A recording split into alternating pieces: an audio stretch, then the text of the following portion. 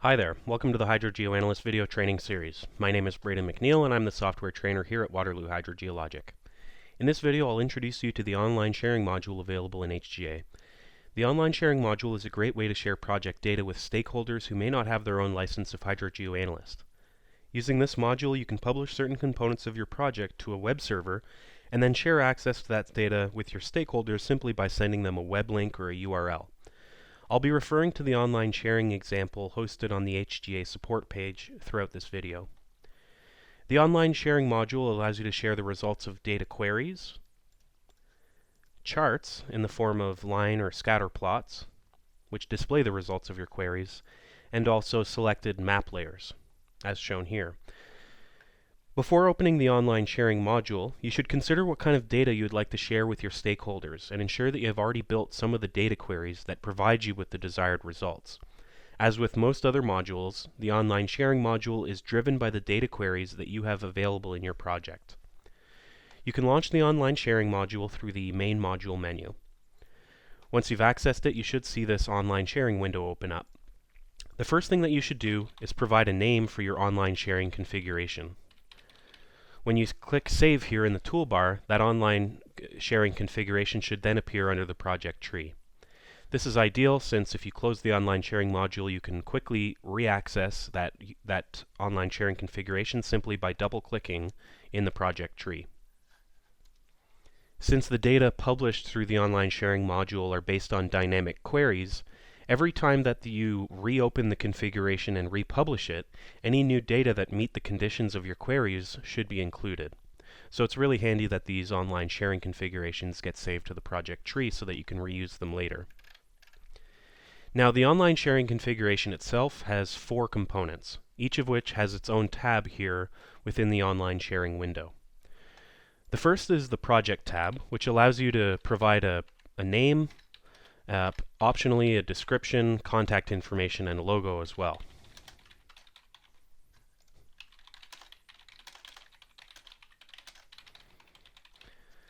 To add a logo to your online share, simply click this load button, and I'm just going to use a simple placeholder logo. And as you can see, if we open up the online sharing example, the project name would be listed here, the project description is listed in this area, the contact information would be listed under the contacts area, and then finally the logo image is published right here. The second major component of the online share is the Queries tab. This tab allows you to display the results of selected data queries in a table format. For this particular online sharing example, I'm just going to share 2 simple queries for sulfate and calcium data. Here in our online sharing example, you can see that all of the queries that are published as part of your online sharing configuration will be listed in this table on the left-hand side. And as you select individual queries, the results are all displayed here in the main table. The third component of the online share is for charts. Here we can see that this tab allows you to publish simple time series charts based on the results of your project queries. Back in the HGA interface, we can review the actual interface for building those charts. In the Chart tab here, there's a table on the left which lists all of the charts which are currently built into the online sharing configuration. There's no limit to the number of charts that can be published simultaneously, but please note that larger number of charts will take a longer time to publish. It's also possible to organize your charts into folders, as shown here in the online sharing example. To add a new folder, you would simply click on this button right here. And we can also rename folders by clicking this button.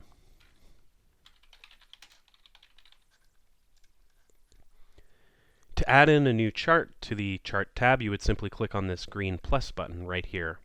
The first thing that you'll have to do when you add a new chart is provide a name for it. We're going to be creating a simple chart of water level information, so we'll call our chart Water Levels. When you click OK, the next thing that you'll have to do is select the data source for this chart, or select one of the available project queries. When you click OK, then you can start to actually build the chart here in the online sharing window. First thing to note is that if you ever need to reselect the source query, you can click on this select button. That simply opens up the list of queries again, and you can select the new query. You'll also notice that it's possible to choose the chart type at this time. Scatter and line charts are both supported. And then the next thing you'll want to do is select the data source for the x-axis. In our case, it's going to be the date. We would also then apply manually the x and y-axis labels. Now the next thing that we'll need to do is to add a new series to the chart by clicking on the green plus button here in the lower portion of the window. Clicking that adds a new series to the selected chart, and we can then specify the data values for this series using these fields on the bottom right hand side. So for the source field, we can select the data that will be displayed on the y-axis. In this case, we're going to select depth to water level, and we can also use the group by field to group the data into particular series. In this case, we're going to want to group all of our water level information together based on the station IDs. The area on the bottom here, these fields allow you to specify style settings for the new series. We're just going to leave those as the default values for now. Please note it is possible to add several different series in a single chart. In our example, we're only going to use one, but you can add new series again by clicking on the green plus button, and all of the data and style settings can be applied in just the same way. It's also possible to apply a very simple trend line to your chart by clicking on this button here. If you click on the Add New Trend Line button, then you would simply enter a constant value for that trend line and provide a name for it potentially. Just to help with our online sharing configuration and to make it a little easier to decipher, I'm just going to change the trend line to red. Finally, the Map tab allows you to select individual layers from one or more map projects to be published into a Google Maps style interface. The available map projects for the entire project will be listed in this table on the left-hand side, and when you select an individual map, then all of the layers included within that map will be displayed on the right-hand side. You would simply use the checkboxes to select which of the map layers should be published to your online sharing configuration. If you've selected a station group as well, it will be possible to publish water level data with those stations automatically. So long as a station group has been selected here, then you would just simply select the date range for the water level data that you would like to be displayed.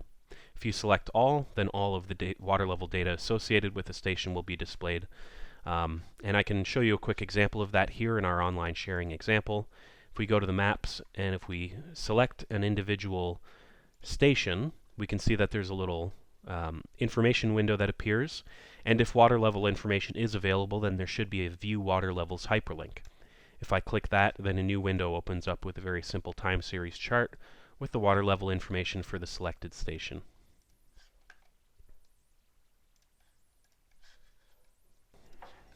In this example here, I'm going to be publishing one station group with water level information as well as a simple shapefile which delineates the location of watercourses or rivers and streams in the area.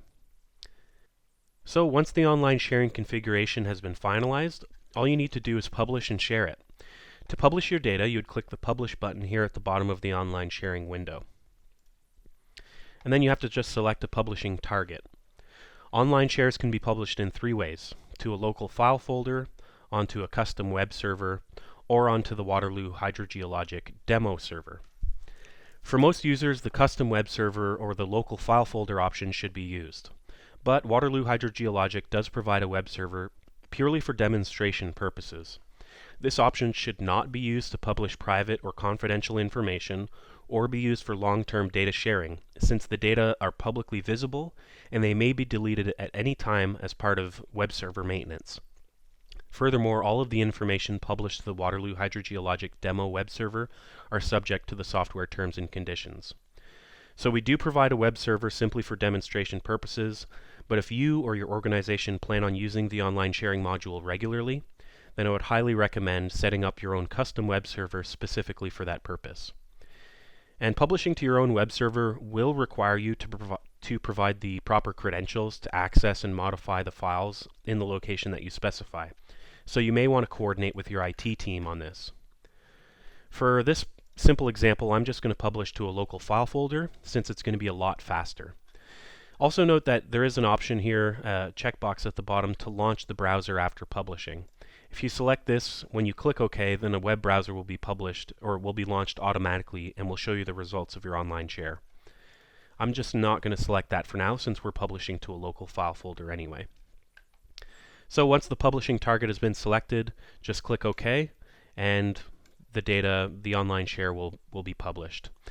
You'll then be able to either share the resulting URL or the resulting file location, and your stakeholders and colleagues would be able to review the data.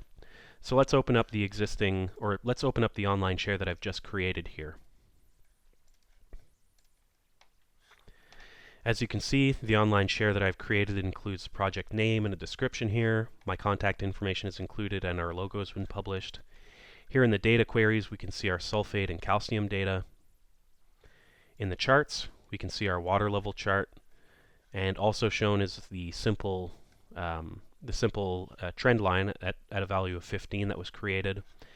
And then finally here in the maps, we can see all of our station information has been published with water level data as well.